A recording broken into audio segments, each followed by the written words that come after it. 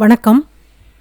இன்றைக்கி இந்த வீடியோவில் நாம் பார்க்க போகிறது இந்த சேனலில் இதுக்கு முந்தின வீடியோவில் நாம் பார்த்த ப்ளவுஸோட ஸ்லீவும் அப்புறம் நம்ம ஃப்ரண்ட்டில் வந்து அந்த ஷோல்டர் ஜாயிண்ட் பண்ணுறது, அப்புறம் ஃப்ரண்ட்டில் அந்த டிசைனர் கிளாத்தை நம்ம எப்படி அதோட பொருந்துகிற மாதிரி பேக் சைடுக்கு பொருந்துகிற மாதிரி நம்ம பண்ணலாம் அப்படிங்கிறதையும் இந்த வீடியோவில் நம்ம பார்க்கலாம். இப்போ இதில் பார்த்திங்கன்னா பஃப் ஸ்லீவ் வந்து சின்னதாக பஃப் ஸ்லீவ், இது வந்து ஒரு புதுமையான ஒரு பஃப் ஸ்லீவ் பண்ணுறேன். இது வந்து நீங்கள் பஃப் ஸ்லீவ் போடாதவங்களும் இந்த மாதிரி ஒரு பஃப் ஸ்லீவ் வந்து போடுவாங்க. அந்த அளவுக்கு உள்ள பஃப் ஸ்லீவ் தான் இதில் நான் தைச்சிருக்கிறேன். அது எப்படி பண்ணலாம் அப்படிங்கிறத பார்ப்போம். இப்போது பார்த்திங்கன்னா நான் ஒரு ப்ளவுஸ் வந்து இன்னொரு ப்ளவுஸ் நான் ஃபினிஷிங் இதில் காட்டுறேன். அது இந்த சேனலில் நான் போடாத ஒரு ப்ளவுஸ், அதுவும் பஃப் ஸ்லீவ் தான். அது நெட்டு கிளாத் வச்சு தைச்சது. அது ரெண்டையுமே நான் இப்போது இதில் நான் உங்களுக்கு ஃபினிஷ் பண்ணிவிட்டு காட்டுறேன். அது எப்படி பண்ணலாம் அப்படிங்கிறது பார்ப்போம். அதுக்கு முன்னாடி இந்த சேனலை இது வரைக்கும் சப்ஸ்கிரைப் பண்ணாதவங்க சப்ஸ்கிரைப் பண்ணுங்கள். சப்ஸ்கிரைப் பட்டனை கிளிக் பண்ணி பெல் ஐக்கானையும் கிளிக் பண்ணுங்கள். இந்த சேனலில் வர வீடியோஸ் எல்லாமே நீங்கள் மிஸ் பண்ணாமல் பார்க்கலாம். இதில் ஃப்ரண்ட்டில் உள்ள பகுதி எல்லாமே நான் கட் பண்ணியாச்சு. அந்த ஷோல்டர் பகுதி எவ்வளோ அளவு இருக்குது அப்படிங்கிறத பார்ப்போம். பின்பக்க அளவு நெக்கு பகுதியில் தைச்சாச்சு. இது தைக்காமல் இருக்கிறதுனால 3 இன்ச் அளவு இருக்குது. நம்ம இப்படி வச்சு பார்த்தோம் அப்படின்னா நெக்கு பகுதியில் நமக்கு கொஞ்சமாக கிளாத் இருக்கும். இப்போ இதில் டிசைன் பண்ணுறதுக்கு நம்ம 1 இன்ச் அளவு டிசைனர் கிளாத்து கட் பண்ணால் சரியாக இருக்கும். இதில் நான் ஏற்கனவே இந்த கிளாத்தை வச்சு அப்படியே நெக்கு பகுதி வரைஞ்சிருக்கிறேன். அந்த வரைஞ்ச லைன்லேருந்து 1 இன்ச் அளவுக்கு அடையாளப்படுத்தலாம். நெக்கு பகுதியில் எக்ஸ்ட்ரா கிளாத்து இருந்து பாருங்கள், ஷோல்டர் பகுதியிலேருந்து வச்சு பார்க்கும்போது அந்த அளவுலேருந்து பேக் சைடில் நம்ம டிசைன் பண்ணியிருக்கிற அளவு வரைக்கும் வர அளவு 1 இன்ச், அந்த அளவை நம்ம அடையாளப்படுத்தி எடுக்கணும். இந்த 1 இன்ச்சில் நம்ம நெக்கு பகுதியில் ஜாயிண்ட் பண்ணும்போது கொஞ்சமாக நமக்கு உள்பக்கம் போகும். இப்போ இது நமக்கு ரைட் சைடு வரணும். இப்போ அதனால் லைனிங் கிளாத்தில் வரைஞ்சிட்டு அதுக்கு மேலே மெயின் கிளாத்து இந்த மாதிரி வைங்க. கரெக்டாக அந்த அளவுக்கு வச்சுட்டு அப்படியே நம்ம திருப்பி பார்த்து இதில் நம்ம தைச்சிடலாம். தைக்கும்போது கரெக்டாக நமக்கு ரைட் சைடில் இந்த டிசைன் வர்ற மாதிரி இருக்கும். இந்த டிசைனர் கிளாத்து நமக்கு ரைட் சைடில் வரணும்.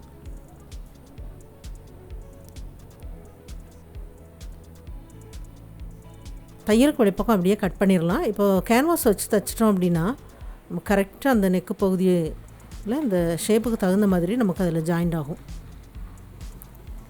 இப்போ தைச்சாச்சு. இதை மெயின் கிளாத்துக்கு மேலே வச்சு அப்படியே நம்ம தைச்சிடலாம். மெயின் கிளாத்துக்கு மேலே தைச்சிட்டு அதுக்கப்புறம் நம்ம ஷோல்டர் பகுதியில் லைனிங் கிளாத்து பக்கமாக மெயின் கிளாத் பக்கமாக 2 சைட்லேயும் வச்சு ஷோல்டர் பகுதி நம்ம ஜாயிண்ட் ஆக்கிட்டோம் அப்படின்னா ஷோல்டர் நல்ல கவராகி அந்த நூல் இலைகளாக நமக்கு உள்பக்கம் போகிற மாதிரி வரும். இப்போ நம்ம 2 லைனிங் கிளாத் பீஸும் வைக்கலாம். அதுக்கு மேலே ஏற்கனவே நம்ம தச்சு வச்சுருக்கிற முதுகு பக்கத்தில் உள்ள பீஸ் வைக்கலாம். இது வைக்கும்போது ஆம்ஹோல் பகுதியில் இந்த கிளாத் வந்து ஒன்று போல் வரணும். எக்ஸ்ட்ரா இருக்கிறது நம்ம ஃப்ரண்ட்டில் உள்ளது நெக்கு பகுதியில் வரணும். அந்த மாதிரி வைங்க.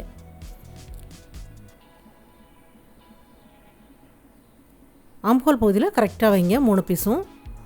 எவ்வளோ கிளாத்து எக்ஸ்ட்ரா வருதோ அது நெக்கு பகுதியில் ஃப்ரண்ட்டில் வர மாதிரி இருக்கணும்.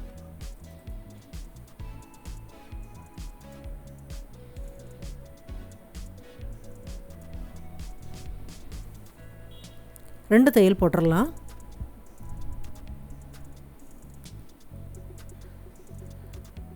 ரெண்டு தையல் போட்டாச்சு. இப்போ இந்த பகுதியில் இந்த மாதிரி நம்ம திருப்பி எடுத்துடலாம். இதில் நம்ம அப்படியே தைச்சிட்டு கிராஸ் பீஸ் வச்சு ஜாயிண்ட் ஆக்கிடலாம். இதில் கரெக்டாக அந்த பீஸ் ஜாயிண்ட் ஆகிருக்கு பாருங்கள். இது அப்படியே திருப்பியே இருக்கட்டும். திருப்பி வச்சுட்டு பேக் சைடில் உள்ள அந்த நெக்கு பகுதி இருக்கிறது அப்படி நம்ம தொட்டு பார்த்தோம் அப்படின்னா அது தெரியுது. அந்த பகுதியில் அடையாளப்படுத்திடுங்க. அடையாளப்படுத்திட்டு அந்த பகுதியிலேருந்து லைனிங் கிளாத்தும் மெயின் கிளாத்தும் ஃப்ரண்ட்டில் உள்ள பகுதியை நெக்கு பகுதியில் அப்படியே ஜாயிண்ட் ஆக்கிடுங்க.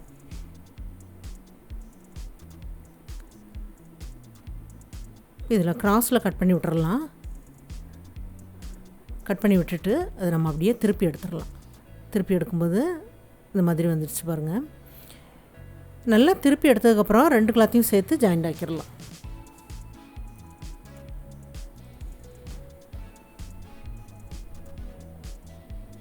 இன்னொரு சைடில் உள்ள பீஸுக்கு நம்ம கிராஸ் பீஸ் ஜாயிண்ட் ஆக்கி அடிப்பக்கமாக தைச்சி விட்டுறலாம். இதில் பாருங்கள் நல்லா ஷோல்டரும் கவர் ஆகிட்டு நெக்கு பகுதியில் பேக் சைடுக்கு தகுந்த மாதிரி இதில் நம்ம பண்ணியாச்சு. இது கிராஸ் பீஸ் 2ஆக மடித்து அந்த எண்டை உள்பக்கமாக மடித்து அப்படி 2ஆக மடித்து தைச்சிருக்கிறேன். ஒன்று போல் கட் பண்ணி எடுத்துருக்கிறேன். இதை நம்ம இந்த பைப்பிங் தைச்சி முடிச்சிருக்கோம் பாருங்கள் பேக் சைடில், அந்த பகுதியில் வச்சு ஜாயிண்ட் ஆக்கணும். கரெக்டாக அது முடிகிற பகுதி இந்த சைடில் வச்சு ஜாயிண்ட் ஆக்கிட்டு திருப்பி தைக்கும்போது அந்த அளவுக்கு வரும்.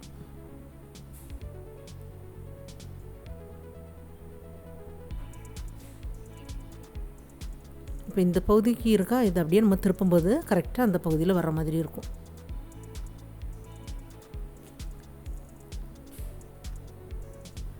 இப்போ பேக் சைட்லேயும் ஃப்ரண்ட்லேயும் அந்த டிசைன் தொடர்ச்சியாக நமக்கு வந்துடுச்சு.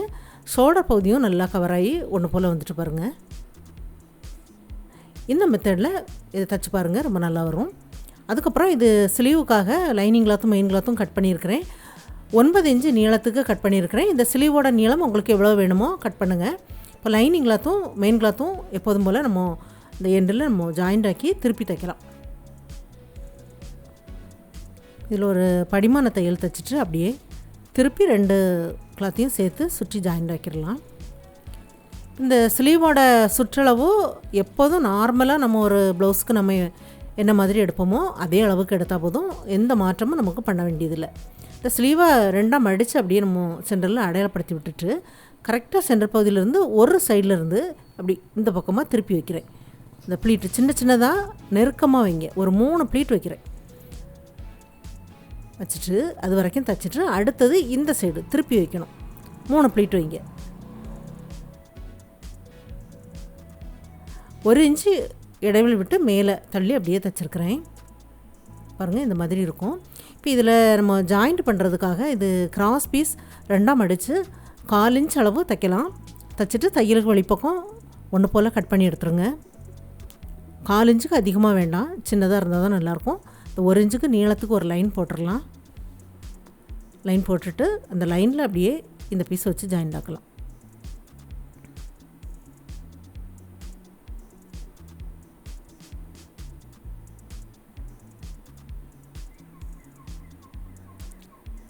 இது அப்படியே திருப்பி தைச்சிடலாம்.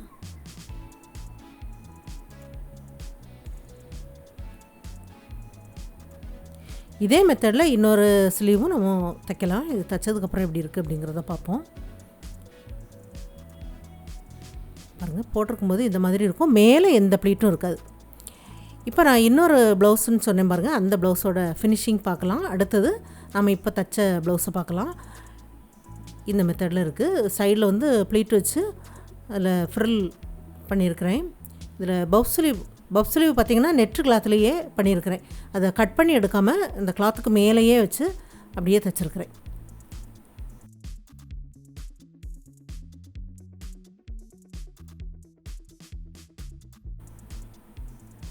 இப்போ எந்த ஜாயிண்ட்டும் இருக்காது. இது நெட்டு கிளாத்துலேயே இந்த மாதிரி பஃப் ஸ்லீவ் வேணுங்கிறதுனால இந்த மாதிரி பண்ணியிருக்கிறேன். ஃப்ரண்ட்டில் கிராஸ் கட்டிங்.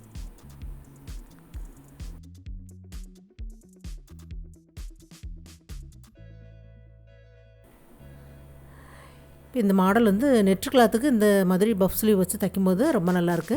ஏன்னா இதே கலரில் ஒரு ப்ளவுஸ் நான் ஏற்கனவே இதில் வீடியோவில் அப்லோட் பண்ணியிருக்கிறேன். அதனால் இந்த மாடலை நான் இதில் போடலை இந்த சேனலில். இப்போ இதை நம்ம பார்த்தாச்சு. அடுத்தது நம்ம இப்போ தைச்ச ஃபினிஷிங்கை பார்க்கலாம்.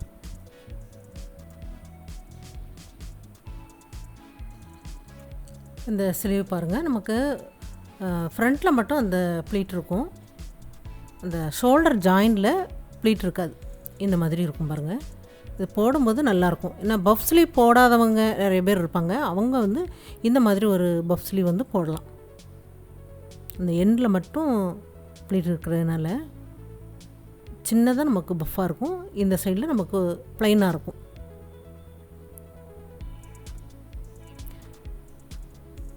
இப்போ இந்த சைடில் நமக்கு கிராஸ் பீஸ் ஜாயிண்ட் பண்ணி அடிப்பக்கமாக மிஷின்லேயே தைச்சிருக்கிறேன்.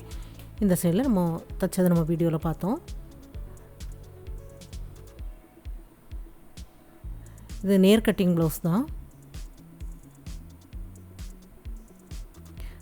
நமக்கு போட்டிருக்கும்போது ஃப்ரண்ட்டில் இந்த மாதிரி இந்த ப்ளீட் வந்து கொஞ்சம் நமக்கு அப்படி மேலே இப்படி தூக்கிட்டு இருக்கிற மாதிரி அது நல்லாயிருக்கும். கொஞ்சம் பகுதி மட்டும் இருக்கும் பாருங்கள். அதில் ஒரு நம்ம சின்னதாக 6 ப்ளீட்டு தானே வச்சுருக்குறோம். அந்த பகுதி மட்டும் நமக்கு பஃப்பாக இருக்கும். கொஞ்சம் வித்தியாசமாக இருக்கும்போது ரொம்ப நல்லாயிருக்கும். இப்போ இது இந்த டிசைனர் கிளாத்தை வச்சு இந்த ப்ளைனான கிளாத்தையும் சேர்த்து பேக் சைடு மாடலுக்கும் பொருந்துற மாதிரி இந்த ஸ்லீவ் பண்ணியிருக்கிறது எல்லாருக்கும் பிடிக்கும்னு நினைக்கிறேன். ட்ரை பண்ணி பாருங்கள். இந்த வீடியோ பார்த்ததுக்கு நன்றி. மேலும் வீடியோஸ் பார்க்க இந்த சேனலை மறக்காமல் சப்ஸ்கிரைப் பண்ணுங்கள்.